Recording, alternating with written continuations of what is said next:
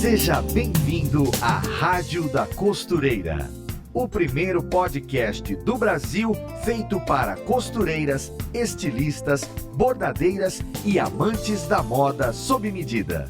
Apresentação em alto astral com a youtuber Fernanda Hertel.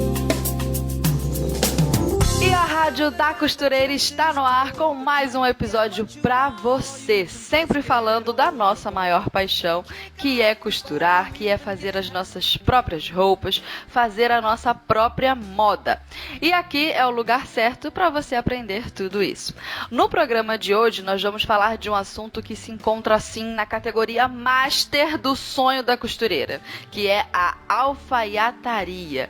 Quem decide aprender a costurar, por mais que ainda não saiba nem colocar a linha na agulha, acredite, muitas vezes já está sonhando em fazer um blazer, fazer um terno, alguma coisa de alfaiataria para dominar essa arte que é realmente um sonho para muitas costureiras. E para falar desse assunto com a gente, nós temos hoje uma especialista que já é da casa, vocês sempre amam quando ela vem aqui. Ela é costureira, modelista, professora e autora dos livros de modelagem e costura mais desejados pelas costureiras do Brasil. Seja muito bem-vinda de volta à nossa rádio, Marlene Mucay. Eu que agradeço essa nova oportunidade e eu fico feliz de estar aqui de novo com vocês. Ai, que coisa boa! Saudade, Marlene, de falar contigo. Eu também. Ai, é sempre muito bom. Ó, aqui o pessoal da rádio já te conhece sua história, de como você aprendeu a costurar, já ouvimos todos os seus causos, mas assim, especificamente sobre a alfaiataria, que é uma coisa fora da curva, né? Porque a gente aprende costura, aprende modelagem, mas a alfaiataria, como eu falei na introdução, é aquele master, é o sonho da costureira. Como é que você caiu nesse universo, Marlene? De onde veio tanta informação sobre isso? Olha, eu já costuro desde criança, né? Como eu já falei, eu fiz o meu primeiro curso de modelagem, eu tinha 13 anos. E, digamos assim, uma peça de alfaiataria, a primeira que eu fiz, eu tinha 14 anos, eu lembro até hoje. Eu comprei um linho vermelho, aquele vermelho sangue, e eu queria fazer um blazer para mim. Eu queria que a minha mãe fizesse, e ela falou, não, você já aprendeu a costurar, você faça o seu blazer. Então eu fiz a modelagem dele, né, e fiz o blazer, e eu fiz ele forrado, ainda fui audaciosa, ainda quis fazer ele forrado, consegui forrar o blazer, e eu lembro que eu esqueci de colocar a ombreira, depois dele todo forrado e todo pronto, eu lembro que eu esqueci de colocar a ombreira, isso nos anos 80, né, final dos anos 70, começo dos anos 80, numa época que se usava aquelas ombreiras enormes, né, a roupa bem estruturada, então eu tive que desmanchar, virar ele do avesso novamente para colocar essa ombreira. Então eu lembro disso até hoje. E eu usei muito esse blazer. Eu lembro direitinho do modelo dele, de como ele era mais compridinho, até assim, quase que a linha do gancho. Né, que era uma coisa que se usava na época. E eu usei muito. E a partir daí eu passei a fazer várias peças. E eu comecei a querer aprender a como fazer essa modelagem de roupas, de paletós, né? Basicamente de blazer. Uhum. E eu comecei a pesquisar já naquela época, e naquela época não havia internet nem nada disso, então havia uma biblioteca lá na minha cidade, né, uma biblioteca comunitária, e nessa biblioteca tinha um livro de corte e costura, e que no finalzinho do livro, eu não lembro o autor, né, porque eu era bem assim, né, para saber, e no final do livro tinha técnicas de alfaiataria, então era até técnica de alfaiataria masculina, porque material para alfaiataria, de livros, no Brasil quase que não existe. Verdade. São muito raros. Os alfaiates brasileiros, eles iam aprendendo um com o outro, né? Quando eu me casei, eu já morava em São Paulo, eu fiz um curso com um alfaiate em Osasco, que ele já até morreu há muito tempo, ele já era velho, ele me deu assim umas noções, mas ele tinha um caderno escrito à mão, e ele foi me passando. Só que eu achei muito complicado, porque ele fazia uma modelagem que era, pelo que eu estudei depois, seria uma técnica de alfaiataria alemã. E eu fui adaptando, né, essas técnicas, porque ele fazia toda a modelagem, depois ele ia modificando aqui, modificava ali, modificava cá, fazia direto no tecido. Mas não é uma técnica específica de alfaiataria, não. Essa de fazer direto ao tecido é porque ela foi necessária na época da guerra, porque não havia papel, entendeu? Para as pessoas comprarem, para fazer os moldes, né? Então foi necessário eles fazerem direto no tecido, porque não tinha dinheiro para ficar comprando papel para fazer, entendeu? Uhum. Não é que a alfaiataria é uma técnica feita para você fazer e desenhar direto no tecido, não é. Foi uma forma que as pessoas encontraram de executar o seu trabalho. E assim, não sei se eu já estou atropelando e seguindo em frente. Pode atropelar nós. Mas a alfaiataria, quer dizer, o alfaiate, a palavra alfaiate significa costureiro, mas era uma profissão bem masculina, porque existia o alfaiate e existia a costureira que fazia roupas femininas. E o alfaiate que fazia roupas masculinas. Já, assim, desde o século XIV, XV, XVI, assim, né?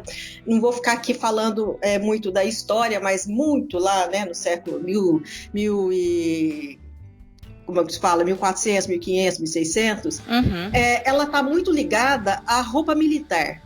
Porque mesmo que os alfaiates faziam roupas para os homens, e os homens lá naquela época, naquele século, todos eles praticamente iam para a guerra de alguma forma, porque o mundo vem vindo em guerra, né?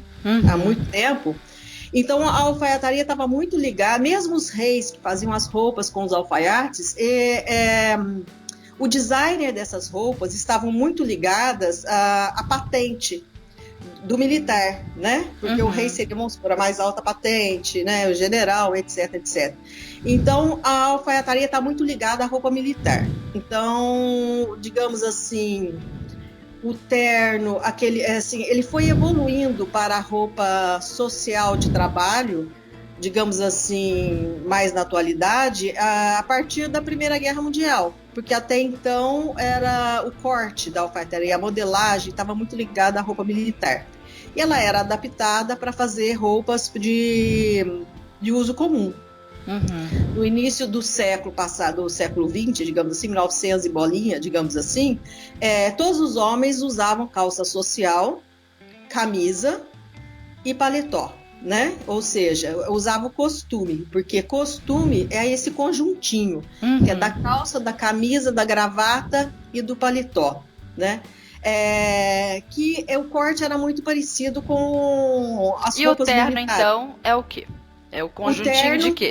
É o conjuntinho que vai o colete. Vai a calça, a camisa, a gravata, o paletó e o colete. Entendi. Isso é o terno.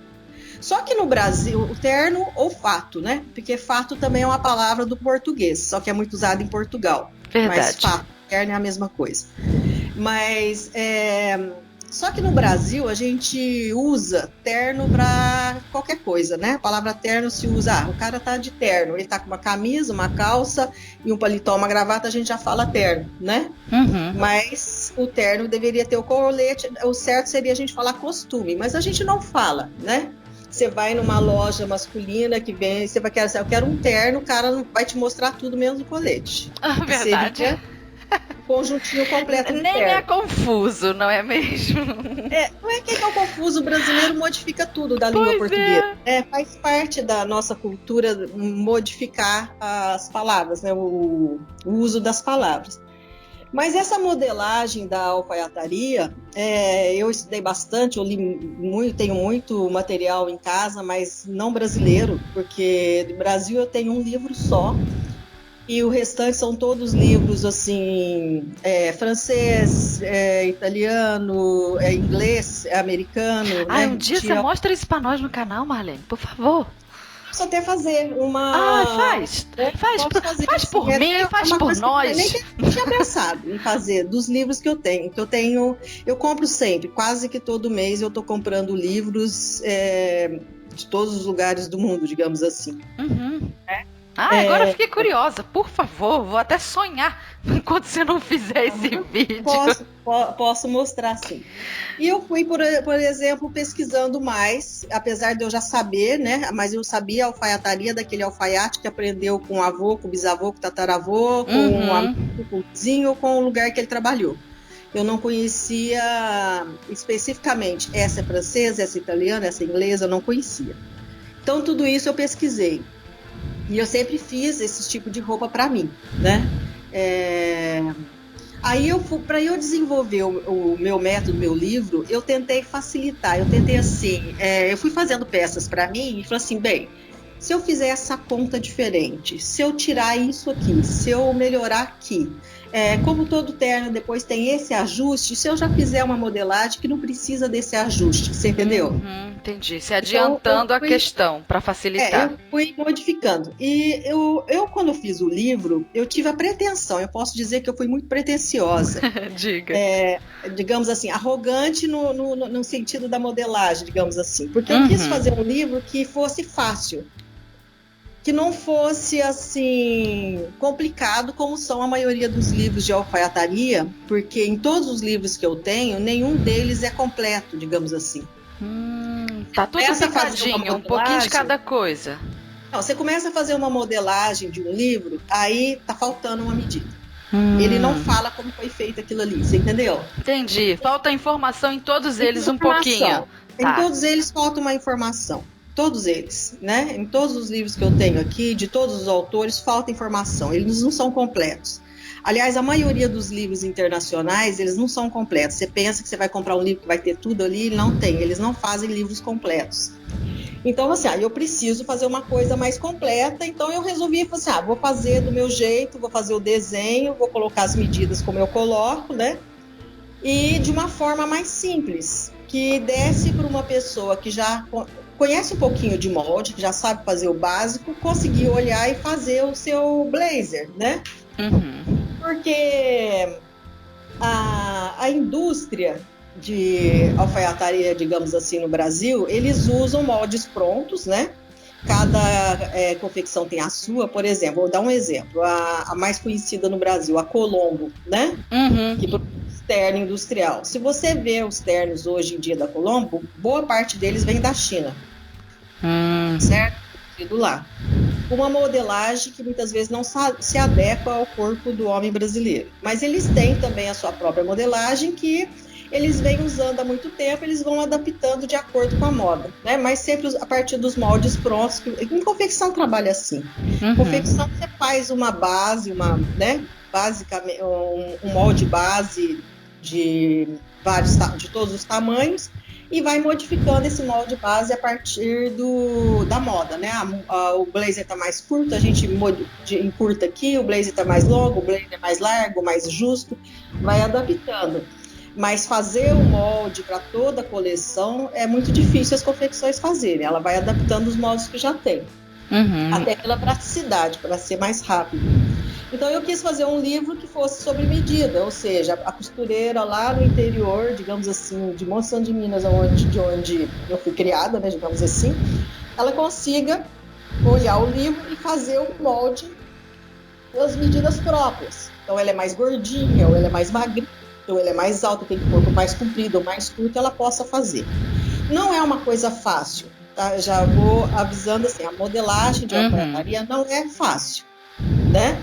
É fácil você fazer uma camisa, é fácil você fazer uma calça, mas mesmo em se falando de modelagem, camisa com colarinho, punho, tudo certinho, e uma calça social são as peças mais difíceis de se fazer na modelagem, não é? Muito então, detalhezinho, coisinha para um lado, medida para o outro. São as peças mais difíceis de você modelar e costurar. O blazer é mais difícil ainda. De todos, eu acho. E é o sonho de consumo que as pessoas querem porque querem. É verdade. Costurar um blazer. Sim, é mais difícil do que um vestido de festa. Mas a alfaiataria, ela não é só o blazer, né? É a calça que tem um corte próprio, é a camisa que tem um corte próprio, né? Blazer, paletó, colete, são peças de alfaiataria e não é só masculina, é feminina também. Porque os tailleurs, né, digamos assim, femininos, que tá aí, seria o conjuntinho feminino de peça de alfaiataria, ele surgiu após a Segunda Guerra Mundial, que as mulheres começaram a fazer as roupas com os mesmos tecidos que eram usados para fazer os uniformes militares. Porque, por causa da guerra, né, as fábricas, muitas delas fecharam, outras começaram a produzir só tecido para os militares, porque era o que tinha necessidade na época de se vestir, né, fazer roupa para a guerra. Então, aqueles tecidos começaram a sobrar, principalmente, né, depois da guerra, e eles deram um destino a eles de fazer as roupas femininas com esses tecidos, né? Se você assistir um filme da década de 40 e tal, você vê o corte e você vê que os tecidos são os mesmos usados pelos militares. Sim. Que a alfaiataria, como nós conhecemos hoje, está muito ligada, como eu falei, às peças militares, como sempre foi, né? Digamos assim, até pela história da época. Mas peças de alfaiataria, geralmente elas são... A característica da alfaiataria é ser cortes mais retos. Então, você não tem uma godê, não é alfaiataria. Uma saia godê, mesmo que você faça um blazer para acompanhar a saia godê, o blazer é alfaiataria, a saia não é. Porque o godê, o evasê amplo, o fluido, não é alfaiataria. Eu ia te perguntar isso, inclusive. O que características uma peça precisa ter para ser considerada uma roupa com a técnica de alfaiataria? Então, é retinha, né? Elas são mais retas e mais ajustadas. Por exemplo, um blazer todo, né, godê, ele pode até mesclar. Você pode ter, assim, por exemplo, aqueles blazerzinhos que usou, assim, há uns 5 anos atrás, que ele era justinho até a cintura e depois ele tinha uma aba, né, meio godê em volta. Então, você pode dizer que ele era alfaiataria até a cintura, a aba godê já não era. Era um misto, digamos assim. Entendi. Porque a alfaiataria, ele é mais, assim, acinturado no corpo. A roupa masculina, ele acompanha o formato masculino, ele é largo nos ombros, mais estreito no quadril. E a feminina, as roupas, quando adaptaram a modelagem masculina para a modelagem feminina dos blazers, por exemplo, dos terninhos, foi acrescentada as pences, que não havia na roupa masculina. Sim, havia aquela pequena pence, mas não para cinturar, né? Com essas pences de busto, de cintura, o recorte princesa, foi acrescentado para adaptar aquela alfaiataria masculina para o corpo feminino que tinha peito, que tinha seios, né? Para dar esse formato, em formato do quadril. Então são roupas assim, mais, digamos assim, alinhado com o corpo. As calças não são justas. Uma calça skinny não é modelo bem alfaiataria. A calça alfaiataria, ela é mais reta, digamos assim, tanto masculina como feminina. Então, assim, ela pode sofrer com o tempo um pouco de ajuste nas pernas, mas não vai ser colado, não vai ser nenhuma calça colada ao corpo que você vai chamar de alfaiataria. Porque ela tem aquele cos, né, reto, ela não é um cos anatômico. A calça, ela tem aquele bolso faca, né? Porque o bolso redondo não é alfaiataria, o bolso alfaiataria, a característica dele é o bolso faca ou rente da costura, né? Aquele bolso embutido no rente da costura. A calça pode ter pregas ou não, né? Uma saia, saia lápis, mas não totalmente colada no corpo. Uma saia de piriguete não vai ser chamada de alfaiataria. E nem essas roupinhas apertadas que os sertanejos usam quando tá de terno. Bota os ternos tão apertados. Aí é uma calça, pode até ser social, uma calça, mas não é alfaiataria. Um jeans não é alfaiataria, né? Então, são calças que são chamadas assim, calças sociais, que é aquela roupa que antigamente se falava que era usado para trabalhar. Não era muito uma roupa usada para uma festa. Até os anos 80, isso, digamos assim, a roupa de alfaiataria, ela era necessariamente aquela roupa do empresário, a roupa social para ele trabalhar, para ele ir na missa, entendeu? Para ele ser o convidado de um casamento, por exemplo, mas eu estou dizendo da mulher, perdão, para a mulher, né? Mas não necessariamente para o casamento. Hoje já não tem muito essas regras, né? Uma mulher pode ir de terninho num casamento, pode ir até receber o Oscar, como já teve, né? Muito legal. Digamos assim. Então, hoje em dia a moda ela caminha para uma coisa assim, sem regras. Mas o corte, a alfaiataria, ele continua tendo regras nem por conta por conta da modelagem em si, por conta do desenho do molde, que ele acaba continuando com as mesmas regras, né? Sim. Embora numa peça de alfaiataria você pode fazer ela mista, você pode pôr uma cauda em babado, né? Num blazer, vai depender da moda.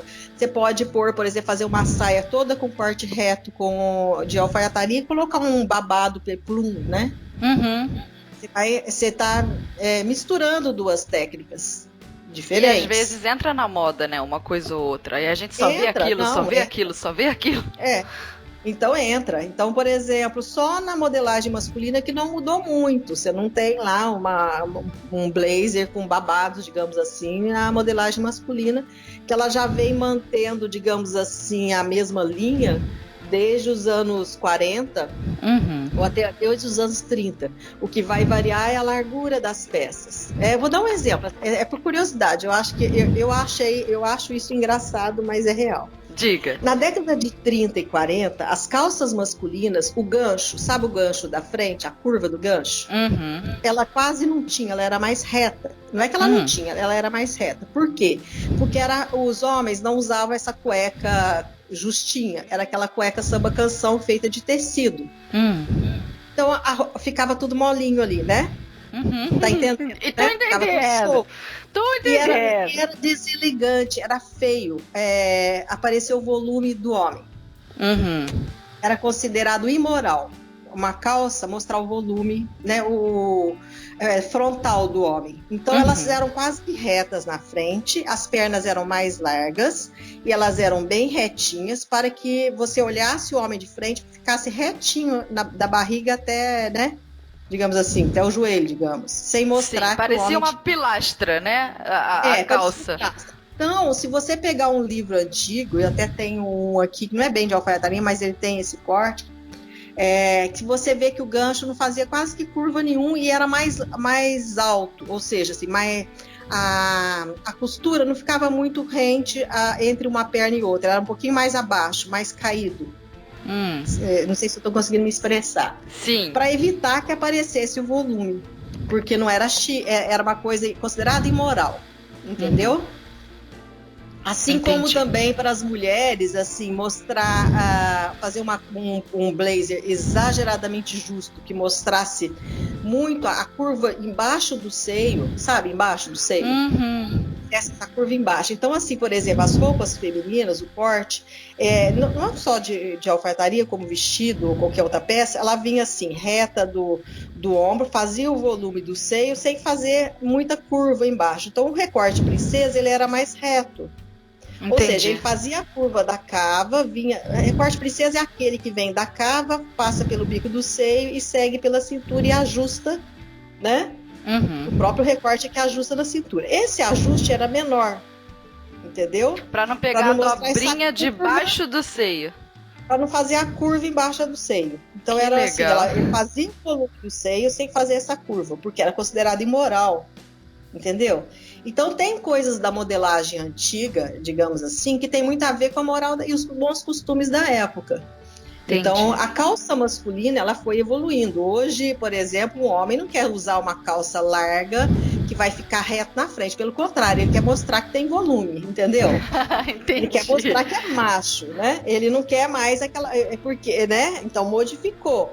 Então, o gancho, por exemplo, da altura do gancho da calça masculina ficou menor, né? Para ficar mais certinho embaixo da perna. E a curva, exatamente porque ficou menor, teve que fazer mais a curva para mostrar o volume, entendeu? Acomodar esse volume masculino. Então, isso é questão da evolução da própria cultura. Então, a modelagem, tanto a alfaiataria como qualquer outra, né? Ela está muito ligada à evolução cultural de cada época.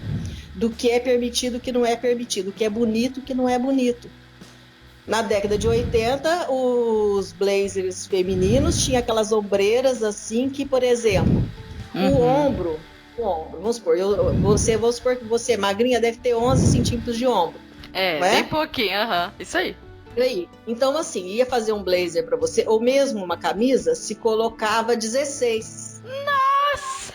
Por quê? Porque ia uma ombreira, e essa ombreira não é aquela ombreira em cima do ombro, ela tinha que passar o ombro para ficar assim reto, né, bem retinho, porque era moda na época, todo mundo termina o pescoço, o ombro tem uma queda, né? O ombro nosso é diagonal.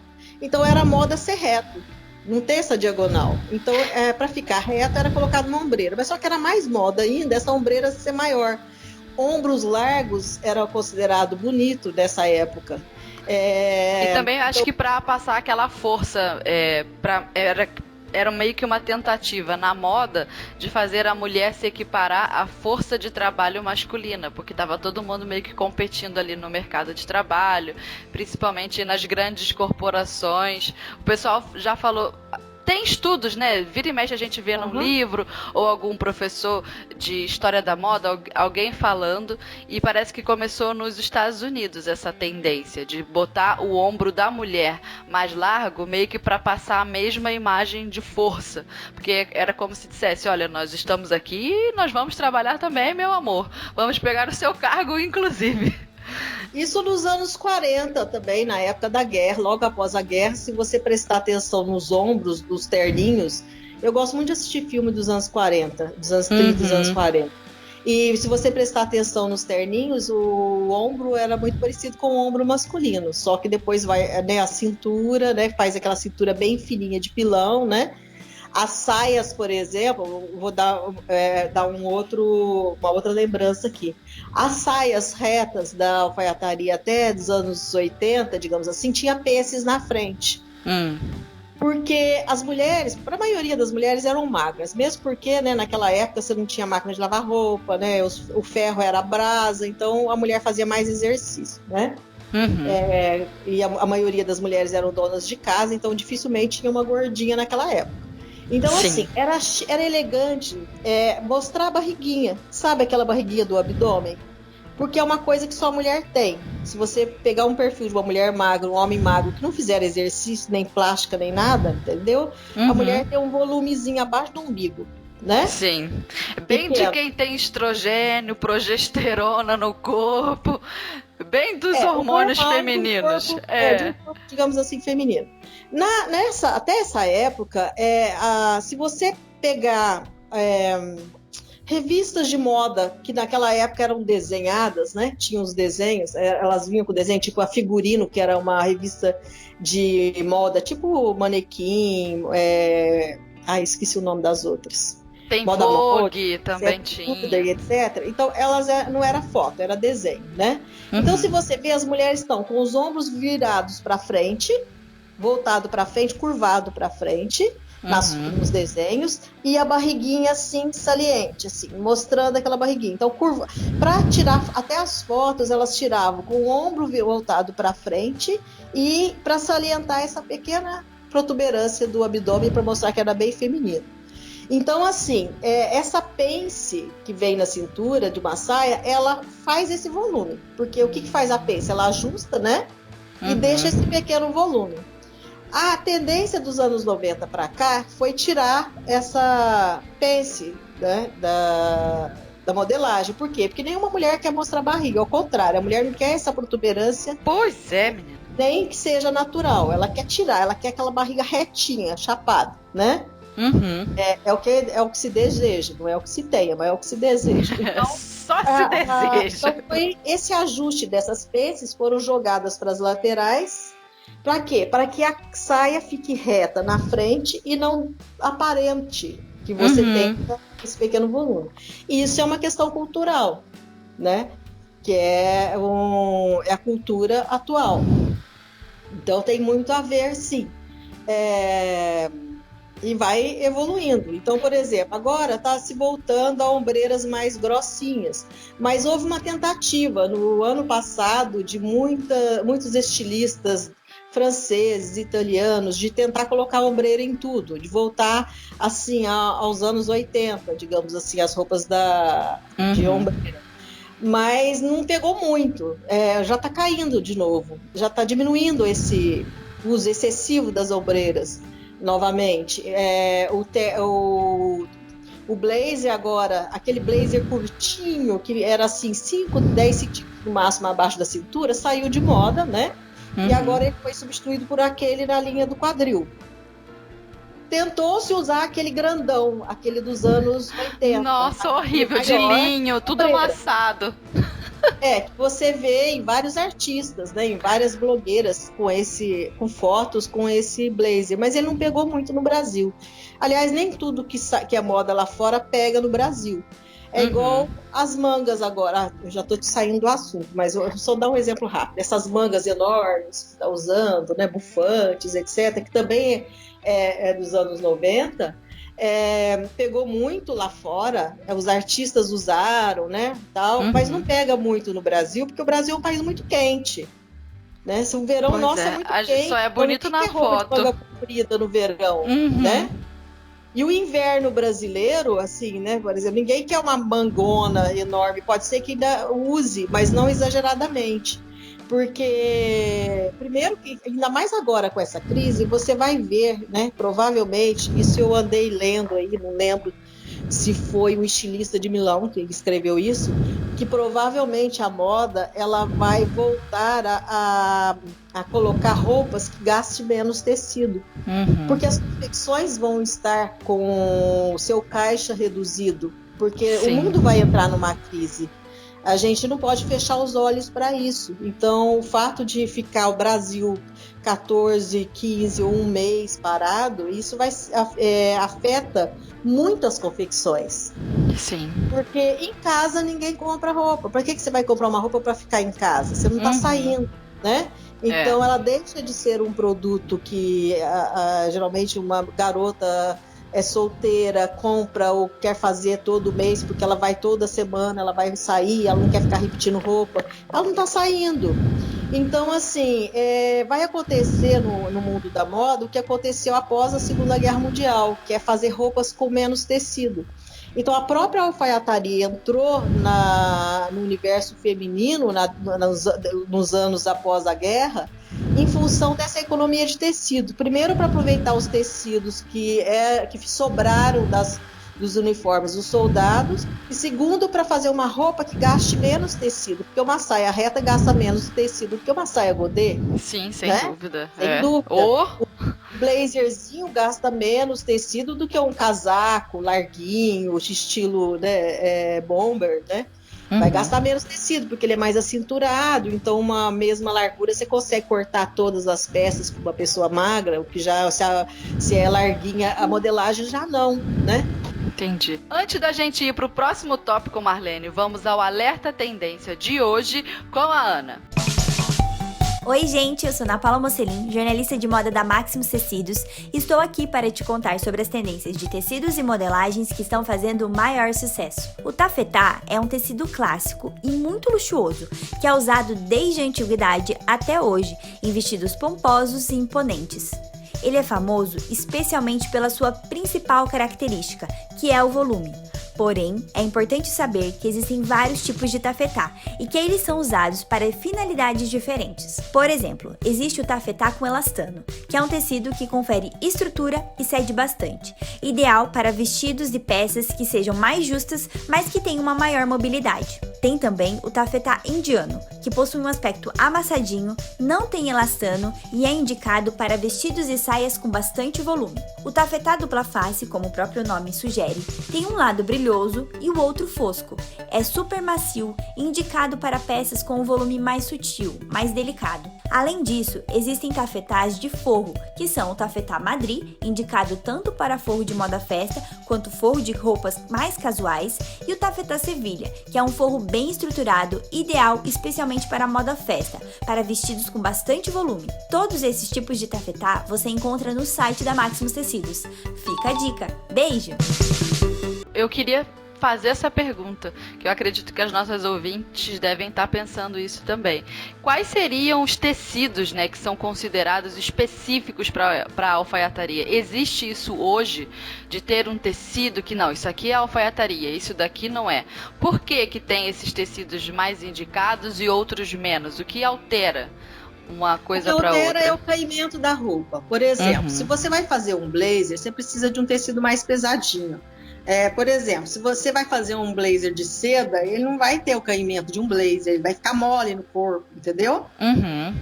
Então, são tecidos mais secos, que não são muito molinhos, maciozinhos.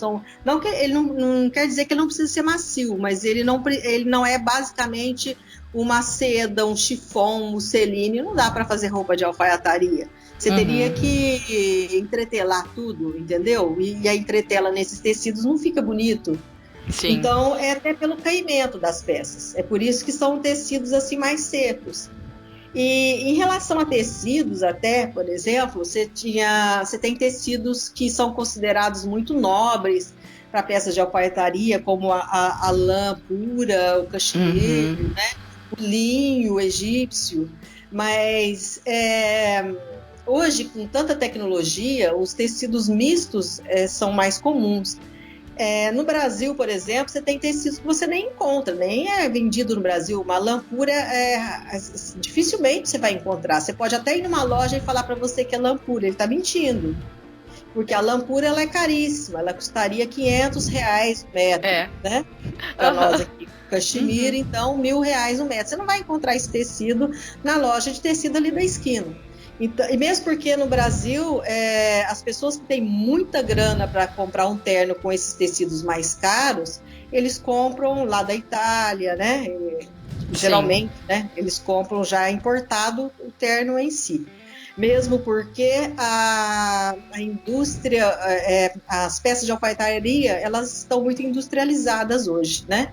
Tanto com aquele alfaiate que fazia a roupa à mão, quase que tudo até costurado à mão, as entretelas todas alinhavadas à mão, esse dificilmente você vai encontrar, é raro.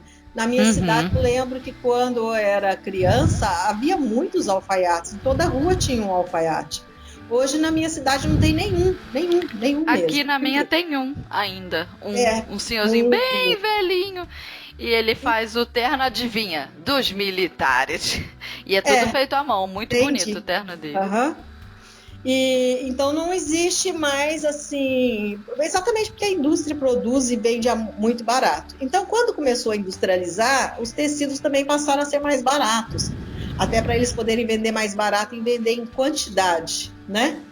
Então você tem muito tecido misto. Por exemplo, a lã fria, considerada chamada lã fria, que você vê no Brasil, ela é mista, né? Ela é uma mistura. Ela é sintética na maioria das vezes. Na maioria das vezes não vai nem uma lãzinha de carneiro ali. Ela é bem mista. Então você tem tecidos de alfaiataria. Então você tem a lã, cachemir, você tem crepes, vários tipos de crepes, né? Qual que é o crepe considerado alfaiataria? Aquele que é um pouquinho mais grosso e mais seco, né? Que dá para você fazer um blazer ou uma calça mais estruturada. Sempre mirando no caimento estruturadinho, né? Então, para a costureira que tá ouvindo aí a gente, mais sequinho. É como se fosse, assim, a fibra do tecido é mais batida. Parece que na hora que fazem, mais juntinha. Isso. Mais juntinha. Os fios são mais juntos, digamos assim. Vai mais fios para fazer o tecido, né? Ele é mais juntinho, ele é mais seco também. Geralmente são tecidos secos. Um linho, por exemplo, dá para você fazer peças de alfaiataria. Ele é bem famoso em alfaiataria. Embora amarrote muito mais, né? Para camisa. Agora tem um universo das camisas. Então, camisa feminina ou masculina, você pode usar tecidos um pouquinho mais moles, como uma viscose, por exemplo. Mas uma viscose, não aquela mole demais, porque o caimento de uma camisa de alfaiataria ele tem que ser mais seco, mais social, entendeu? Para aparentar aquela imagem de impecável, engomadinho, masculino, né? Bem engomadinho. A camisa feminina da alfaiataria ela é mais parecida com a camisa masculina. A diferença é que estão nas peças, né? Para ajuste. Aí é tecido de algodão, todos eles, chambray, cambraia, viscose, deixa eu ver aqui, popeline, modal, tecidos de poliéster, né? São muito usados para fazer camisa de alfaiataria, digamos assim. Você pode usar uma seda também para fazer uma camisa de alfaiataria, mas o caimento já não vai ser aquele caimento, digamos tradicional, assim, mas né? só vai ter um caimento diferente, mas pode ser usado. Não tem, você pode fazer uma modelagem de alfaiataria e usar uma seda para fazer. Você pode fazer uma modelagem de alfaiataria e usar um tecido mais molinho, entendeu? Então, o tecido, especificamente, não tem aquele tecido. Não, esse tecido, alfaiataria tem que ser esse tecido. Não tem essa obrigatoriedade. O que faz determinados tecidos serem usados mais em alfaiataria é o corte. Então, se você vai fazer um blazer, você tem que fazer com tecido mais firmezinho, para ele ficar, né, mais estruturado. Você vai entretelar, então tem que ser um tecido que segure entretela, né? Que você vai entretelar a gola, você vai entretelar a barra, os punhos. Então ele tem que segurar a entretela. E não é todo tecido que segura entretela, né? A questão é mais essa, mas você pode usar né, tecidos. Existem, por exemplo, as peças de alfaiataria, a maioria é forrada, né? Um blazer, mas você pode fazer um blazer sem forro. Que eu acho muito bonito também. Com acabamento em viés, que é mais adaptado ao Brasil, por exemplo.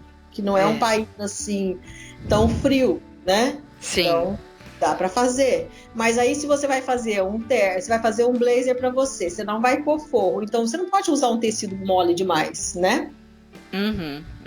Ele não vai ter de verão, tem que ter pelo menos um tecido mais encorpadinho.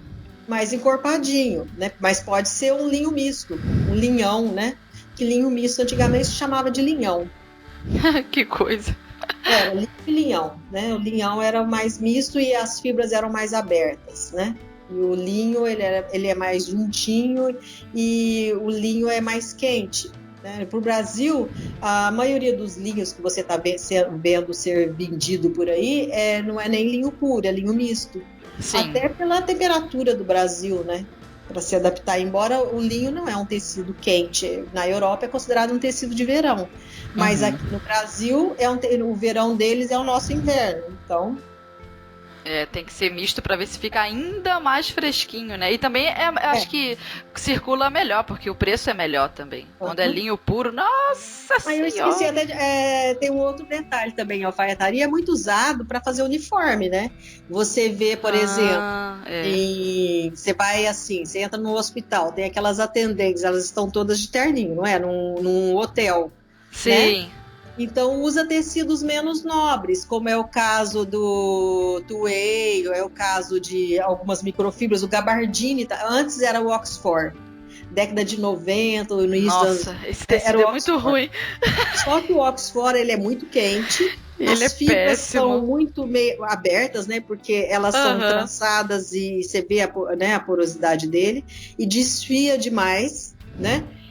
Não é um tecido muito resistente, mas é muito barato. Ele é baratíssimo. Muito barato e muito ruim. Mas muito barato, Mas agora, o gabardine eu gosto. Ele é um tecido de algodão, né? Misto com algodão. Então, misto, né? Porque ele não é só algodão. E as fibras são mais juntinhas. Nos anos 70 e 80, havia um tecido que foi, aliás, criação de uma fábrica brasileira, por incrível que pareça. Se não me engano, a Ródia, que fabricava tecido, é o tergal. Então, os uniformes eram feitos todos de tergal. E esse tecido tergal se popularizou tanto que todo mundo tinha uma calça de tergal, né? Brasil inteiro. Eu lembro da minha mãe e do meu pai comprar tergal para fazer calças para gente de uniforme, para ir na escola, azul marinho. E o tergal também, mas apesar de ter sido criado no Brasil para fazer uniforme, ele era um tecido muito quente, porque ele era sintético. Naquela época ainda, a tecnologia de fazer os fios sintéticos à base de petróleo não estava muito boa ainda, estava começando. Então, não sabia melhorar a qualidade desse tergal. Nossa. E ele simplesmente saiu de linha. Aliás, recentemente, a fábrica parou de fabricar esse tecido recentemente. E ele hoje foi substituído.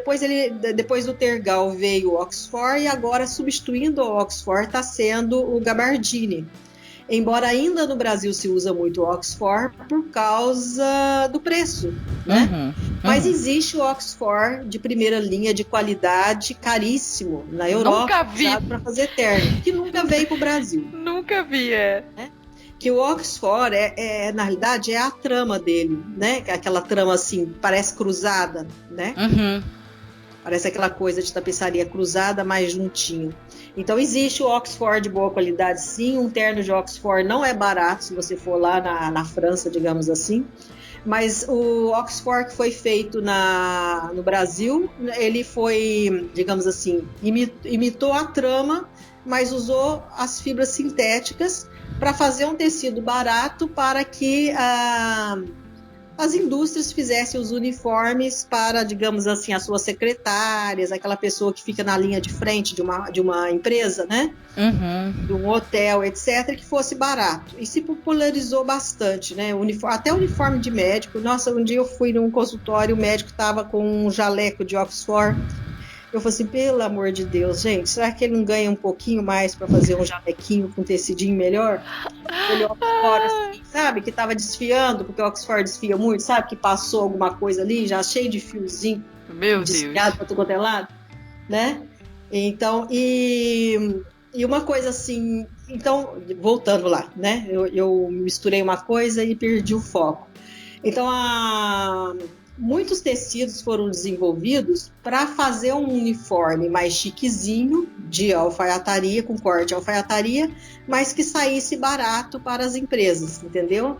Uhum. Então, hoje em dia está se usando muito o gabardine. Eu gosto desse tecido. É um dos tecidos que eu mais gosto de trabalhar. Bem gostosinho, macio, inclusive. Ele é encorpadinho, mas é macio. Antes da gente ir para o próximo tópico, Marlene, para a gente continuar conversando aqui sobre alfaiataria, vamos ouvir um recadinho da nossa ouvinte. Muito boa noite, amadas de Jesus. Porque esse ato de costurar, eu admirava muito na minha mãe, que sendo... assim, eu tive até uns 4 anos, eu, Cláudio, José Nunes Jardim, morando em São Borja, fronteira com a Argentina, no Rio Grande do Sul. Quando em 67, 66, por aí, ó, só minha avó era viva. Meu avô morreu em 65, a minha avó em 67. Quando ela morreu em 67, eu tinha 4 tios, 2 homens e 2 mulheres menores. E a mãe já tinha 3, eu e meus 2 irmãos. E quando minha avó morreu, esses meus 4 tios vieram morar com nós.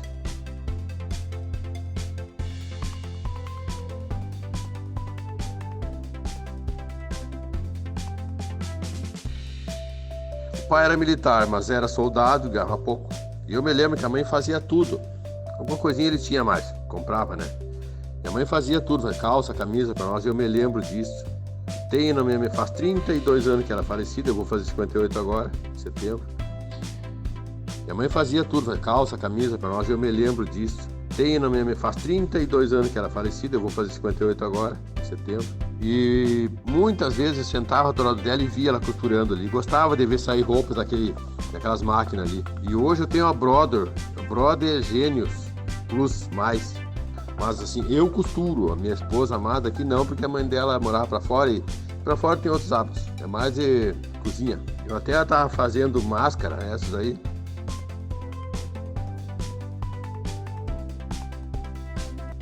E conheci agora, eu comprei um iPad na internet, chegou hoje, conheci esse aplicativo do podcast e achei esse aí. Procurei costura e achei esse de vocês.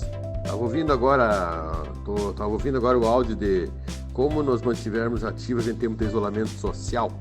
Rádio Cultura, 25 de abril de 2020, às 12h24, foi produzido aqui de Gil. Mas agradeço a Deus conhecer vocês e vou mostrar para minha esposa também. É bom, porque geralmente isso é as coisas de mulher. A mulher tem paciência para ensinar e sabe fazer sabe ensinar o que aprendeu, né? E também eu quero aproveitar também para dizer que a gente realmente, a mente tem que ser preservada. Eu leio a Bíblia, eu trabalho com madeira, eu toco violão, estou aprendendo a tocar teclado e a mente não pode parar. Não que eu seja super ativo, é que eu gosto mesmo. Eu sempre fui um cara introspectivo, mas não depressivo. Mas isso aí eu tenho tranquila paz no meu coração, na minha mente, saber que se tudo vai passar, esse Brasil vai sair vitorioso. Em nome de Jesus. Vocês tenham uma boa noite, um bom fim de semana, em nome de Jesus Cristo. Amém? Gostou de ouvir o recadinho da nossa ouvinte? Pois então, você também pode deixar uma mensagem pra gente. Manda um áudio pra gente no WhatsApp. O número é 45 91 13 8294. Eu vou repetir, 45 91 13 8294. A gente coloca a sua mensagem aqui na Rádio da Costureira também. Você vai poder ouvir a sua voz junto com a gente, dar a sua opinião, falar o que você tem achado da rádio, algum episódio que ajudou você. Então é só mandar o áudio rapidinho que a gente vai adorar ouvir a sua história, ouvir a sua voz também. Eu queria perguntar um pouco também sobre as ferramentas e os materiais que a gente vê que são utilizados na alfaiataria. Já pensando, né, nas nossas ouvintes aí costureiras que estão animadas com tudo que a gente está conversando e pensando, quero fazer agora uma coisa de alfaiataria. Nessa categoria, vamos assim dizer, esse tipo de costura, de confecção, ele tem vários materiais diferentes, né? O ferro de passar é diferente, a tábua que faz a curvinha, tem alguma particularidade assim? Fernanda, para falar a verdade, para você fazer uma peça de alfaiataria, você precisa basicamente, para fazer o molde, você precisa de uma régua, um bom esquadro com uma boa curva de capa, certo? Você já faz o molde. Você já faz o molde. Para, por exemplo, essa parte de passar, de fazer essas curvas, você não precisa comprar nada. Você não precisa comprar aquela, né, que vende aquelas tábuas com aquela curva de cava, etc., de ombro. Não precisa. Você pode fazer uma almofada muito simples, feita de tecido em casa, para passar. Eu até no livro eu coloco o molde. Que é muito facinho de você fazer, tá até na página 14 aqui, olha, é um molde, almofada de alfaiate. Por exemplo, o alfaiate com a qual eu aprendi, ele não tinha nada desses recursos todos. Ele tinha só essa almofadinha, você entendeu? Que ele fazia lá, com quem eu aprendi a fazer. Minha mãe usava essa almofada para passar a camisa e etc, não há necessidade de mais nada. Uma tesoura é uma tesoura de alfaiate, é a mesma tesoura que você usa para fazer qualquer corte, que é aquela que, digamos assim, o cabo dela é um pouquinho mais torto, que facilita para você pegar e não passar a mão no tecido, digamos assim. Então, essa tesoura de costureira é a tesoura de alfaiate, é a que é vendida em todos os armarinhos. É basicamente isso. Ferro também você não precisa de ser um ferro especial. Todo o ferro tem qualquer ferro hoje em dia ele tem um recurso com a vapor e sem vapor. Para costura, o melhor é o sem vapor. Mas aí o próprio ferro teu, você gira a bolinha lá e tira o vapor. Por quê? Porque para não umedecer o tecido, para você está entretelando. Você não pode entretelar com tecido, com ferro a vapor, porque o vapor vai umedecer a cola e ele não vai colar, você entendeu? Muitas vezes a pessoa tenta entretelar, fala, a entretela que eu comprei é muito ruim e não está entretelando. Muitas vezes é porque está usando o vapor do ferro. Então não existe isso de que precisa, eu preciso ir lá correndo, comprar tudo que é de alfaiataria. Não precisa. Com o que você tem em casa, você faz. Antigamente todo mundo fazia com o que tinha em casa. Então é uma boa regra para você traçar os moldes e em termos de costura, você faz, e para passar essas peças, você faz aquela almofadinha de tecido, né? Que você pode fazer ela maior ou menor. Eu acho que eu vou fazer um vídeo só fazendo todos os tipos de almofadinhas de alfaiate, que é para costureira, não precisa nem ser para o alfaiate. Para qualquer costureira é bom ter, entendeu? Para qualquer pessoa em casa. Para passar qualquer roupa, é bom você ter essa almofada. Às vezes você não precisa, você vai passar uma roupa assim, você quer sair, tá amassado só a manga, ou etc. Você não precisa lá pegar a tábua, abrir a tábua, pegar. Você pega a almofadinha, você coloca ela ali, passa o ferro, pronto. Eu acho ela muito útil para muitas coisas. E o tal do choque térmico? É verdade ou não é? É mito? Funciona? Isso do choque térmico é para qualquer costura. Sim. Não é só para alfaiataria. O choque térmico é para abrir as costuras vamos supor, quando você faz uma costura que não vai overlock, por exemplo, que a costura overlock você fecha tudo junto, né? Quando você vai fazer uma costura comum, eu vou fazer um vestido para mim, eu vou fazer borda de um lado e do outro lá no meu zigue-zague, vou costurar no meio, vai ficar aquelas duas beiradas, né? Então eu não quero elas juntas, eu quero ela aberta. Então esse choque de temperatura, você passa o ferro quente e depois você passa uma pedra fria. E se você não tem pedra fria, você pega um copo, coloca gelo dentro, né? Dentro, e passa esse copo rapidinho com gelo, entendeu? Lógico que você vai ter que secar esse copo para passar de novo, porque, né, o copo soa. Mas um copo gelado, por exemplo, que esteja, né, funciona, entendeu? Esse choque térmico, você não precisa especificamente comprar aquela tábua de choque térmico, a pedra de choque térmico, não precisa. Entendi. Né? É o que você tiver ali na mão, mais friozinho. Você vai ali digamos assim, no cara que faz mármore, né? Que corta Foi mármore, isso que eu fiz. E compra lá as pedras, manda ele, ó, lixa bem pra mim, faz redondinha, quadradinha. As minhas pedrinhas que eu uso tanto para segurar o molde em cima do tecido, como eu uso para dar o choque térmico, é vidro. Eu comprei em loja R$ 1,99 uns quadradinhos de vidro, que eu achei bonitinho, que tinha uma imagem dentro. E o vidro é muito bom para isso, entendeu? O vidro também ele é friozinho. Agora, se o tecido é muito difícil, vamos supor que você está usando um tecido muito seco, muito sintético, e ele não para. Mais que você passe, ele não para aberto as costuras. Aí você pega o gelo, põe dentro de um copo e passa ali, e passa o ferro quente. Passa o copo, passa o ferro quente.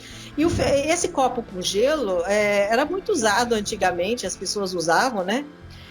Antigamente não, porque geladeira não é uma coisa tão antiga assim. Digamos assim, uns 10 anos atrás, nas confecções, digamos assim, até porque não tinha ferro a vapor, né? Ferro a vapor era muito caro, estava começando naquela época, então era aquele ferro que não tinha o vapor. Então, o copo com o gelo dentro, você passa, a umidade que vai ficando em volta do copo já ia umedecendo a costura e facilitando passar.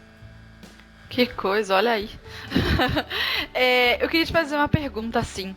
O que você acha, Marlene? Por que a alfaiataria hoje é uma atividade que tem ficado cada vez mais rara? A gente falou, né, que as costureiras sonham em fazer peças de alfaiataria, mas por que com o passar do tempo na história da humanidade e na moda, por que é quase que uma atividade que está se extinguindo aí? Olha, a primeira coisa por causa da indústria. Existem as fábricas, principalmente as chinesas, estão jogando no mercado ternos a preços muito baixos, você entendeu? Eu vi numa loja, passei numa loja e vi lá um terno por R$100. Você imagina, olha, R$100 não paga o tecido. Pensa bem, o terno era uma calça, o paletó, a calça e o paletó. Digamos assim, não era nem o terno, digamos assim, o conjuntinho de calça e paletó, nem terno nem costura. Sendo vendido a R$100, raciocina, R$50 por peça. Vai comprar tecido para ver se você gasta só R$50? Gasta não. Você entendeu? Então aí você vai ver você vai ver o tecido. Eu até entrei na loja, quero ver o tecido. Era gabardine, não era um gabardine muito ruim. Aí eu fui ver a etiqueta, estava escrito Made in China. Então você tem a indústria tem colocado no mercado essas peças muito baratas. Então não compensa para você, vamos supor, eu vou lá na loja, comprar o tecido, levar lá para o alfaiate. O alfaiate não me vai cobrar só R$50, você entendeu? Entendi. Ele vai me cobrar mais, porque ele vai fazer com a maquininha. Os alfaiates antigamente tinha só aquela Singer preta, sabe? Aquela máquina, né, que não tinha zigue-zague nem nada. Então todo o chuleio das peças eram manuais, feito com pontos à mão. Então não havia entretela colante, a entretela era, né, feita à mão. Essa técnica nem usa mais, né? Uns pontinhos. Entendeu? Aqueles pontinhos à mão. Por quê? Porque tem entretela colante, ela cola. Para que eu vou ficar alinhavando, né? Tintim por tintim. Então, assim, o que fez o alfaiate desaparecer não é por ele ser só alfaiate. Fez muitas costureiras que costuravam sob medida desaparecer também. Quando eu era criança, toda a rua tinha várias costureiras. A minha mãe era costureira, a minha tia era costureira, tinha uma outra vizinha que era costureira, tudo na mesma rua. Entendeu? Agora, na mesma rua que eu morei e fui criada lá na minha cidade, não tem uma costureira mais.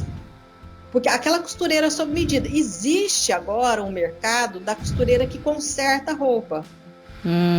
Por quê? Porque assim, a roupa industrial, a roupa feita de confecção, ela é feita usando uma tabela de medidas, que é o que eu ponho no blog. Eu ponho molde usando a tabela, porque não tem como eu adivinhar como são as medidas de cada pessoa, né, que está me assistindo.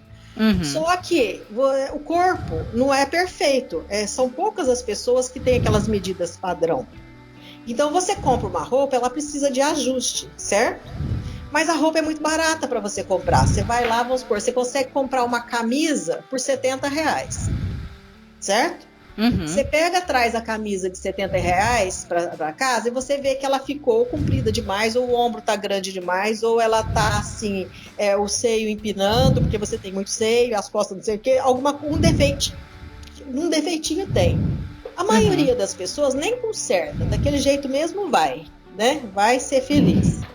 Mas as pessoas que querem uma roupa mais bonitinha, ela leva para consertar na costureira que ajusta.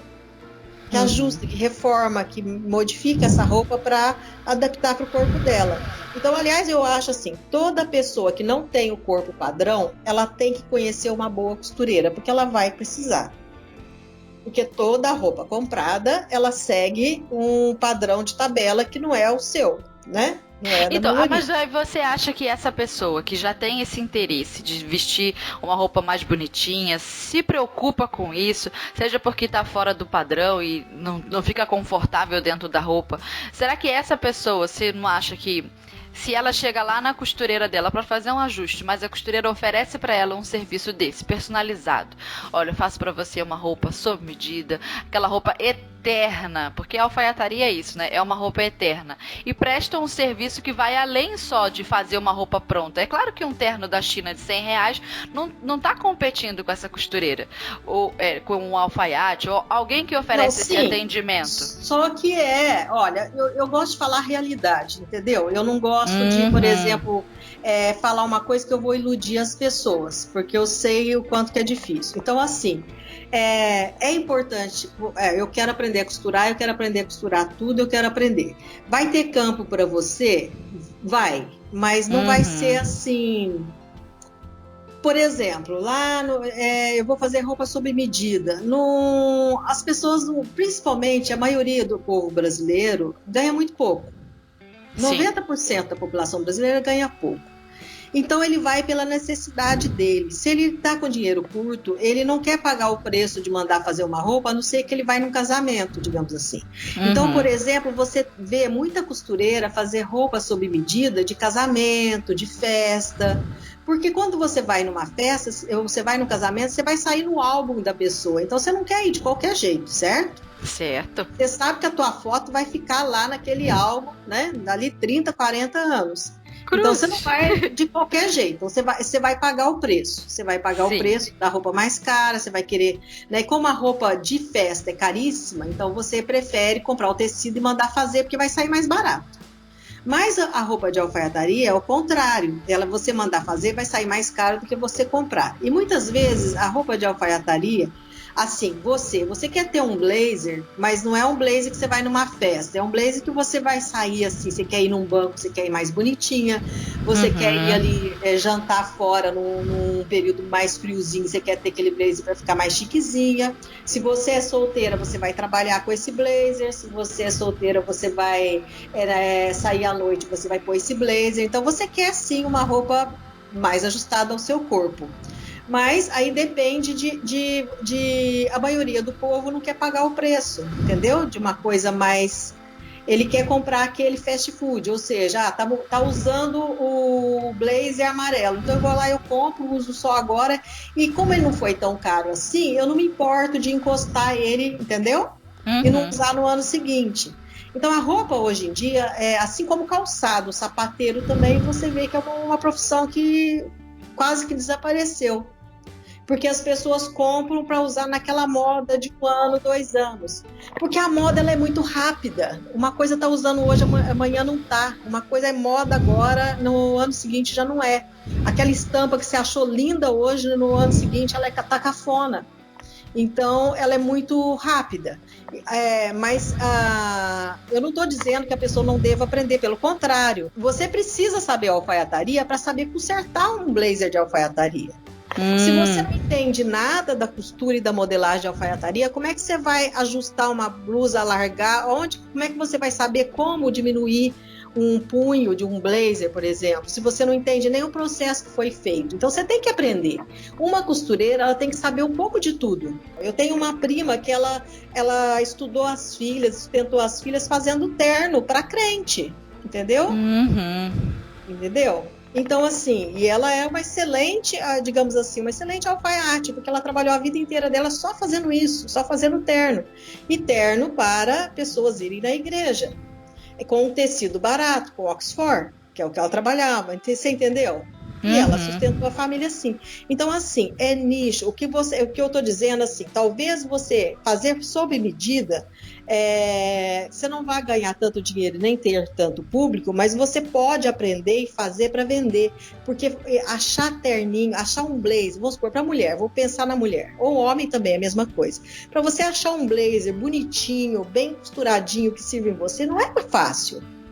Você vai encontrar na loja grande, assim, né, por exemplo, um ou outro, e às vezes tem lá tudo igualzinho, tudo da mesma cor, e que nenhum te serve. Você entendeu? Agora, se você prestar atenção, vamos supor, olha, você tá lá na sua cidade, não tem nas lojas, você pode fazer para vender nas lojas. Você pode fazer para você mesma vender pronto. Você não fazer sob medida, mas você pode fazer seguindo tabela e fazer para vender. A grade. Você entendeu?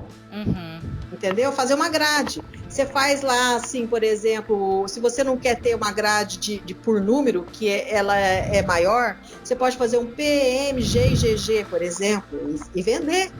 Mas você tem que entender da costura, entender de fazer o molde para fazer bem feitinho. Então, de repente, você está num lugar que todo mundo é mais baixinho, então você vai fazer ele menorzinho. Se você está num lugar que todo mundo é alto, você tem que entender. Dependendo da região do país, né? Dependendo da região, você pode ganhar muito dinheiro. Porque, vou dar um exemplo. No Nordeste, a maioria das pessoas são baixinhas. Mulheres e homens. Então, por exemplo, tem um problema sério. Eles compram terno em São Paulo, vai para lá. Só que a manga fica comprida, tem que diminuir a manga, o corte fica muito comprido, o corpo fica comprido, porque ele não foi feito para aquele biotipo. Se eu tô lá no Nordeste, eu conheço o meu biotipo da minha região, eu faço ternos de acordo com o meu público e eu vou vender muito mais. Entendi. E eu não preciso vender a coisa cara. Eu posso, vai depender, o preço vai depender do material que você gastar. Se você fizer de gabardine, existe gabardine, ou de, como é que fala? Two-way, né? Que é aquele tecido também muito bom para fazer terninhos, que não desfia, o linho que tá agora, esse linho misto que tá na moda agora, você faz e vende agora no inverno, você entendeu? Você adapta, você não precisa pôr forro, você, ainda mais no Nordeste que é quente, você faz tudo com acabamento em viés interno, fica bonitinho, você vende bem, você pode fazer de sarja, você pode fazer de satim de algodão, você entendeu? Estampadinho, florido, então você pode ganhar muito dinheiro com isso, porque não é toda costureira que faz. Tudo que não é todo mundo que faz, a tua chance de ganhar mais dinheiro é maior. Entendi. Você entendeu? Porque toda costureira pode fazer um monte de regata para vender, mas pouquíssimas costureiras podem fazer um blazer para vender, você entendeu? Então, mas aí você acredita mais nesse nicho assim, de grade. Então, aí pra costureira que tá ouvindo a gente, se animou com isso e tá pretendendo confeccionar esse tipo de peça, qual seria, assim, os primeiros passos que ela tem que dar para conseguir aprender esse tipo de costura específica para alfaiataria? Já pensando mais na confecção, sei que também tem a parte da modelagem, mas quais seriam mais ou menos os passos? O que essa costureira tem que fazer? Primeiro eu aprendo isso, depois eu aprendo aquilo. Qual seria o passo a passo para ela conseguir chegar nesse nível, por exemplo, de conseguir oferecer para os clientes ou na região dela uma grade, como você falou? Olha, se ela já costura, ela já domina várias técnicas de costura, o restante é muito simples. Aquilo que ela tiver dúvida, olha, é só ir no YouTube e digitar a dúvida que aparece lá 1001 vídeos, né? Então, hoje em dia, não precisa da pessoa frequentar escola específica, ele não precisa esperar alguém para ensinar ele ali em casa. Hoje, qualquer pessoa pode aprender através da internet, através do YouTube, não só a fazer a modelagem, como a fazer a costura e o acabamento, porque existem, olha, eu estava olhando recentemente, há mais de 2.000 costureiras ensinando a costurar só no Brasil. Caramba, que legal! Ou seja, eu e você e mais 2.000, mais de 2.000, aliás, era mais de 2.000 costureiras ensinando pela internet. Então, assim, cada um com o seu método, cada um com o seu jeito de ensinar. O que eu acho que a pessoa não deve fazer é misturar técnicas demais. Então, assim, principalmente em modelagem. Modelagem, você tem que escolher o método que mais se adapta a você e seguir ele até o fim. Porque se você ficar misturando muito, isso te vira uma salada na tua cabeça e a tua peça fica sem forma, você entendeu? Uhum. Porque por exemplo, uma modelagem, por exemplo, eu calculo o ombro de um jeito, a altura da cava de um jeito, a largura de um jeito. Então, uma medida minha está casada com a outra, você entendeu? Ah, entendi. Então, Aí você começa a misturar, Se você mistura um jeito que um calcula uma coisa com o outro, você descasa aquela modelagem, ou seja, aquilo fica não encaixa. Entendeu? Uhum. Aí depois começa a dar uns errinhos matemáticos. Mas o que foi que eu fiz? É que uma coisa não estava programada para encaixar na outra, né? Porque misturou. Porque misturou muito. Então, assim, o que eu aconselho é assim, você escolhe o teu método. Eu tenho os meus livros, já são 8 livros, né? Uhum. Que eu tenho, eu sigo um padrão em todos os livros. Modifiquei várias vezes esse livro para adaptar às pessoas que vão falando, isso daqui não gostei muito, isso daqui não, então eu vou tentando ver e vou melhorando os livros, porque modelagem a gente está sempre aprendendo. Ela é uma coisa mutante, ela não é uma coisa estagnada, porque a modelagem ela muda conforme a moda. Uma coisa, um cálculo, ele é muito bom para uma moda daquela época, aquele modelo não é usado mais, você tem que mudar o cálculo e mudar o jeito de fazer para adaptar a modelagem em moda naquele tempo. Então, ela não é uma coisa estática, ela está sempre em transformação. Desde que eu lancei o primeiro livro em 2014, eu já fui modificando ele já está na 6ª edição, o primeiro livro, né? Exatamente por quê? Porque a moda foi mudando e as necessidades de cálculo também. Então, não é uma coisa estagnada. Então, depois que a pessoa aprende o básico, ela consegue e passa a costurar, a experiência dela vai fazendo com que ela consiga entender essas adaptações. Ela consiga ir adequando o seu jeito de costurar e modelar com as peças que estão em moda no momento, você entendeu? Uhum. E um outro, voltando para a alfaiataria, por exemplo, você fabricar peças de alfaiataria é uma coisa assim, não sai de moda. Uma camisa com colarinho, gola, entendeu? É sempre o clássico, né? Frente, não vai sair de moda. Uhum. Pode mudar um pouquinho aqui, um pouquinho ali, muda tecido, mas não sai de moda. Um blazer nunca vai sair de moda. Ele pode encurtar, ficar mais comprido, né? Mas ele não sai de moda, ele é aquilo ali, ele não vai virar outra coisa. Uma calça social, vai ser sempre uma calça social. Todo mundo tem que ter uma no armário, você entendeu? Uhum. Você não precisa necessariamente usar a calça com o blazer, com a camisa. Você pode usar uma calça social com uma camisetinha, se ela for bonitinha, combinar. Você pode usar com uma blusinha diferente, de malha, por exemplo. Mas é uma coisa que todo mundo tem que ter, é uma coisa que não sai de moda. Então são coisas que você pode investir e fabricar, que ela é atemporal. Você entendeu? Você Entendi. Vai vender o blazer esse ano, no inverno que vem vai estar usando o blazer de novo, no outro também. Não é uma coisa que vai sair de moda. Você pode fazer um sobretudo você pode usar esse ano que vem, no outro, porque ele não sai de moda.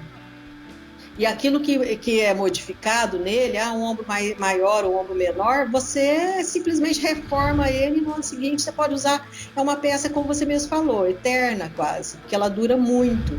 Porque os tecidos que são usados para fazer já são tecidos que já duram mais. Uhum. Então é uma peça que você pode ter, se você não engordar, é claro. Você pode ter a sua vida inteira e você só ir adaptando ao modelo, né? Você vai customizando, reformando ele, mas sem perder a essência dele. Então são peças, digamos assim, que se não vendeu esse ano, você vende no ano seguinte, você entendeu? Uhum. Entendi. Então é uma coisa para se trabalhar, dá para você trabalhar bem. Eu fiz muito casaquinho, eu fiz muito blazer quando eu tinha loja para vender nas lojas. E eu usava sempre tecido, o conselho que eu dou, eu usava tecidos que não saíam de moda, cores que não saíam de moda. Então o inverno no Brasil nunca sai de moda. É o preto, o vinho, o vermelho mais escuro, não aquele vermelho fogo, um vermelho. Todo ano vai usar vermelho, todo ano pode usar vinho, todo ano usa preto. E o bege ou caramelo, então bege. também não sai, o caqui não sai de moda. Então eu basicamente fazia essas 4 cores. Não fazia verde, vermelho, rosa, essas outras cores que usa hoje e amanhã o rosa já é outra cor, outro tom. Já não usa aquele tom, entendeu? Então, você pode investir em casacos de inverno, roupas de inverno, nessas 4 cores, basicamente. Você não vai errar, entendeu? Vai vender. Porque eu tô falando pela minha experiência. De 10 anos de loja, eu tive 4 lojas em 4 cidades diferentes ao mesmo tempo. Então eu fabricava para essas 4 lojas e essas 4 cores. Eu mudava o modelo, mudava uma coisinha. Aí no ano seguinte, para eu não ficar pôr na vitrine aquela mesmo casaco que sobrou do ano seguinte, do ano anterior, eu dava uma modificaçãozinha. Então, por exemplo, fazia um bordadinho aqui, você entendeu? Dava uma costuradinha, mudava um detalhe. Aí, por exemplo, se a manga tinha o meningote, né, para fechar, eu tirava. Então, assim, mudava os botões, você entendeu? Mas eu conseguia vender no ano seguinte. Agora, já roupas assim, uma estampa de um vestido, por exemplo, um modelo de vestido que está usando muito hoje, no ano que vem, você tem que vender hoje, tem que vender agora, porque no ano que vem não vai estar usando mais. Pois é verdade. A alfaiataria, por ser clássica, tem essa vantagem, né? Tem essa vantagem. Você vai sempre vender, né? E a camisa, por exemplo, você vende... Olha, vou dizer uma coisa que eu fiz uma vez, aconteceu comigo. Eu fiz um monte de camisa.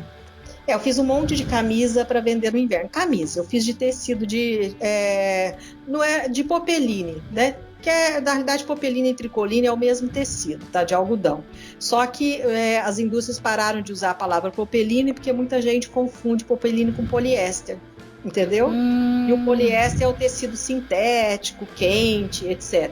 Então, criaram a palavra tricoline para substituir o popeline para não confundir com o poliéster, que as pessoas confundiam. Considera o poliéster um tecido menor, de menor valor, digamos assim. Então, eu fiz aquele monte de camisa. E foi um ano assim, tudo de manga comprida de punho. As minhas lojas eram no Rio, muito quente. No inverno não decolou de jeito nenhum. Nunca decola. Não decolou. Aí, resumindo, eu fiquei com aquele monte de camisa. Eu falei assim, poxa, e agora? Então, vamos levar essas camisas para costura. Tirei a manga de todas elas. Tirei a manga, fiz um acabamentozinho assim, né, de viezinho virado assim nas cavas. E eu coloquei viezinho estampadinho e pus no bolso também o viezinho, apliquei, sei que eu tirei tudo, vendi no verão. Com as mangas eu abri todas as mangas, né? E abrindo todas as mangas, não podia deixar de aproveitar as mangas e fiz sainha e vestidinho para criança, fiz um monte com as mangas, porque foi só abrir, né? A manga ela tem aquele meio funilado embaixo, mais larga na lateral, virei o contrário. E transformei essas mangas todas em vestidinho. E como eram tecidos assim, né, de popeline, era tudo algodãozinho, eu pus rendinha embaixo, rendinha no cabo, rendinha no vestido, fiz tudo vestidinho aí vazezinho. Alguns eu fiz assim, franzi, né, dei uma franzidinha, fiz o corpinho de outro tecido, fiz um monte de vestidinho. Eu lembro que deu tudo vestidinho assim para tamanho 1 e 2, e eu vendi, então eu tive 2 peças diferentes para vender no verão. Que amor! Viram as camisas sem manga e os vestidinhos. Fiz isso até com outros tipos de peças, de malha, etc. Eu fazia muito isso. Aquilo que eu não vendia no inverno, assim, e como eu estava sem dinheiro para comprar peças para o verão, eu tinha que transformar. Então, uma costureira precisa saber transformar bem uma roupa em outra, né? Porque isso é muito necessário. Aliás, só um adendo aqui. Já está pronto o novo livro meu, que é Costura Prática Especial, Conserto e Transformação de Roupas. Caramba! Já está pronto. Vai ser o 9º, então? Vai ser o 8º. Porque eu tenho... É o 8º, né? Porque tem modelagem prática para confecção de roupa em tecido plano, né? Que é o básico da modelagem. Aí tem o especial infantil, o especial malhas, o especial lingerie moda praia, o de acabamento. Esse eu tenho também. O conserto, o alfaiataria, né? O 7º. E o de plus size, que eu já comecei a montar ele. Eu já estou começando a fazer o modelagem prática especial plus size. Que esse vai ser o 8º. Então esse é o 7º. Ah, tá. Entendi. Né? Esse é o 7º. E esse de conserto eu coloco isso, como transformar uma roupa em outra, ensino todas as técnicas de você ajuste, de você alargar, de reformas em geral de todos os tipos, que toda costureira precisa saber também, porque mesmo que você trabalhe com confecção, você não pode ter perda. Então, vamos supor, é muito comum você, quando trabalha em confecção, você faz um vestido lá, um modelo, e de repente aquele modelo não decola, você não consegue vender muito, você entendeu? E a gente aprende tanto, né, transformando uma coisa na outra. Aí conte sua história. Você não pode jogar fora, e você não pode também liquidar, você vai liquidar, mas você não pode pôr abaixo de custo. Então, ou você põe a preço de custo e tenta vender e adquirir dinheiro, ou você manda para a máquina e transforma em outra coisa. E faz outras peças com aquele mesmo, né? Transforma uma peça em outra. Isso é muito importante também. E dá para fazer em alfaiataria a mesma coisa, entendeu? Um blazer, por exemplo, vamos supor, eu fiz isso. Eu tinha uns blazerzinhos que eu tinha feito, né, cinturadinho, no ano seguinte começou a usar aquele com um peplum embaixo da cintura, da linha da cintura, lembra? Que tipo uma rodadinha, um negócio rodadinha. É um babado peplum. Babado peplum é um babado em godê, né? Só que não exageradamente, não muito e tal. E eu tinha tecido, porque eu tinha resto de tecido. Eu coloquei em todos, cortei sem dó e sem piedade. Cortei eles na linha da cintura, pus os babados e vamos pra frente. Ou seja, né? Mas é uma coisa que dá para você adaptar mais facilmente. Agora, quando é uma roupa de uma estampa, por exemplo, por isso que eu falo, não invista em estampa, que é moda só naquele ano, se você tem pouco dinheiro para investir. Entendi. Porque a chance de você ficar... Porque aí não adianta, você não vai conseguir nem reformar para o ano seguinte, porque uma estampa que é muito característica dessa época, no ano que vem não está usando, e você fica... Ninguém quer. Entendeu? Não adianta ser, o problema não é o modelo, é a estampa, muitas vezes. Então, a peça de alfaiataria é mais fácil de trabalhar, porque você pode trabalhar basicamente com essas 4 cores.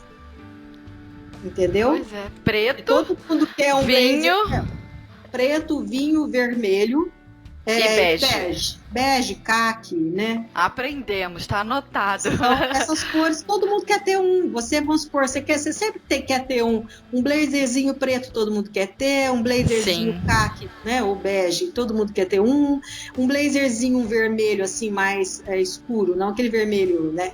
Como eu falei, um vermelho mais escuro, que nunca sai de moda, ou um bordô, né? Vinho e bordô. Bordô em algumas regiões é chamado de bordô e outras de vinho. Significa a mesma coisa, né? Que Bordeaux é um tipo de vinho também. Mas até a foto que você está usando aí, você está com uma blusa Bordeaux. Sim. Né? É verdade. Então, você vê que é uma cor que essa aí. foto você pode usar ela em qualquer época, porque essa cor de blusa que você está usando não sai de moda. Tá falando da foto do Skype, que é onde a gente faz a gravação. As nossas ouvintes devem estar, meu Deus, que foto? Onde é que tá? É a foto do perfil enquanto a gente grava. Porque é uma cor que também não sai de moda no inverno, né? Agora, se você vai fazer pro verão, você vai fazer aquele blazerzinho assim, pra meia estação. Aí é preto, o caqui e o vermelho. Porque o bordô de blazer tá muito ligado ao inverno. Né? O vermelho, o bege, o caqui e o preto. E você vai vender sempre, vai estar sempre, né? São peças atemporais. É igual calça comprida também. Todo mundo quer ter uma calça preta, uma calça caqui, não é isso? Calça e aí, mesma para quem coisa, tem preto, pouco caqui. dinheiro para começar, para investir, realmente, né? Você não pode investir mira em menos coisas. Em cores assim, eu vou lá e vou comprar 1 metro de cada cor, porque lá tem 10 cores, eu vou comprar 1 metro de cada cor. É um erro, porque você deixa de comprar mais metros de uma cor que vai sair mais para investir em cores que vai ficar encalhada, entendeu? A camisa, por exemplo, branco é branco. Branco sempre você vai vender. O único problema do branco é você conservar o branco sem manchar.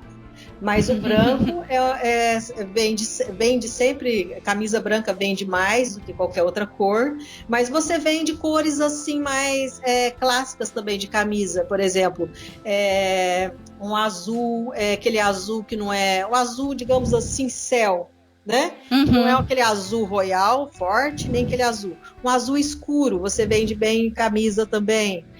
Você vende aquele verde, mas não aquele verde bandeirão, aquele verde, um verde mais suave, digamos assim, né? Um verde quase que para o pastel, sem ser tanto pastel, também você consegue vender.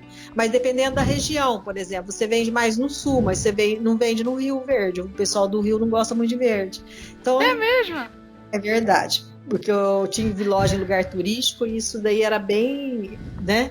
Um rosa, você vende até uma camisa rosa mais clarinho, um rosa bebê, é uma cor que não sai de moda, um rosa bebê, um azul bebê para camisa, mas também você não pode investir muito nessas cores, vai mais o branco, você entendeu? Você pode fazer camisa de seda, camisa de toque de seda, camisa assim estampadinha, mas tem que ser aquelas estampas assim mais vintage, aquela estampa que não sai muito de moda, assim, entendeu? Entendi. Se for muito do estampa do momento, aí é ruim. Sai de moda, né? A estampa mais miúda, aquela estampa mais vintage, ela tá sempre presente em todas as épocas. As listras estão sempre presentes em todas as épocas para camisa. Você entendeu? A listra, a risca de giz, tipo risca de giz, ou aquela listinha mais fininha. Então, em qualquer época você vê, né? São peças que não sai tanto de moda, assim. São mais clássicas. Sim, entendi. Então, Marlene, já estamos caminhando para o final do nosso programa. Tivemos uma aula, sem dúvida, uma aula de alfaiataria junto com você. Vamos ao nosso momento zigue-zague, então? Para aquelas perguntinhas rápidas? Vamos. A primeira coisa que aparecer na cabeça, tu manda, hein? Certo? Então, vamos lá. Primeira pergunta. Complete a frase. Eu escolheria costurar um blazer de alfaiataria, mesmo que... Mesmo que eu tivesse poucos recursos. É isso aí. Número 2. Se você só pudesse usar um único tecido de alfaiataria pro resto da sua vida, em todas as suas roupas de alfaiataria, qual tecido você escolheria? A lã fria. Certo. Número 3. Se você pudesse inventar uma máquina de costura com uma funcionalidade para facilitar a sua vida na hora de costurar um blazer, por exemplo, o que essa máquina teria? Ela forraria o blazer sozinha. No blazer ela forrar. Nossa, é um excelente pedido esse. Eu quero essa máquina quando inventarem. Eu vou querer também. E com isso, então, nós vamos ao arremate do nosso episódio de hoje. You know that when the truth is told that you can get what you want or you can just get old, you're gonna kick off before you even get high. E já que nós abrimos o programa falando de sonhos, do quanto as costureiras almejam aprender a confeccionar uma peça de alfaiataria clássica, nada melhor do que nesse arremate incentivar vocês a alcançarem esse sonho. É preciso ter determinação, a caminhada é longa, mas no começo de tudo é sempre acreditar que você é capaz. Todo mundo é capaz mesmo, basta praticar, fazer ali cada dia um pouquinho. Eu sei que falar isso, né, de que todo mundo é capaz, sempre cai naquele tal do clichê, né? Parece que a gente fica até meio surdo para esse tipo de frase, esse tipo de coisa. Mas se é clichê, gente, então é porque tem grandes chances daquilo ser de verdade. Porque aconteceu com muita gente, é um clichê famoso. Porque se você não acreditar que você é capaz, aí mesmo que aquilo que poderia ser uma história de conquista se torna um fracasso antes mesmo de começar. E cá entre nós, né, costureira, vamos falar a verdade. Eu sei que você não vai conseguir tirar da sua cabeça dessa sua vontade aí, esse sonho de costurar um blazer, de fazer um vestido tubinho, um vestido forrado, uma camisa. Vira e mexe, você vai ficar pensando aí no que você queria costurar de terno, de taillé. Então, já que você não vai deixar de querer aprender alfaiataria mesmo, que eu sei, faça isso acontecer, costureira. Pegue as dicas que nós demos aqui no podcast hoje e vá começando aos poucos. Eu garanto que de pouco em pouco tem grandes chances aí de você chegar onde você quer. Acredite, viu? Você é capaz. E eu quero agradecer, Marlene, a sua presença aqui com a gente. Sempre maravilhosa. Obrigada. Imagina, muito gostoso falar contigo, Marlene. A gente aprende muito, sabia? A gente mais pergunta do que qualquer outra coisa, isso é demais, é muito bom, é sempre uma aula. Obrigada, imagina, obrigada. Eu agradeço todas. Nos comentários a gente vê aqui na Rádio da Costureira, ou então quando a gente posta o episódio lá no canal do YouTube, a gente vê os comentários: Marlene maravilhosa, meu Deus, aprendi muito. É sempre assim. Deixa os seus contatos então, Marlene. Vai que alguma desavisada que está nos ouvindo não te acompanha nas redes sociais, não conhece o seu trabalho assim de pertinho, não tem o seu contato, então deixa pra gente. Quando é que a gente te encontra? Olha, eu tenho 2 blogs. Um é marlenemucay.com.br, onde eu coloco os moldes de roupas femininas e masculinas também, do tamanho 36 ao 56. Tenho o blog infantil, marlenemucaymoldeInfantil.com.br, onde eu coloco roupas infantis.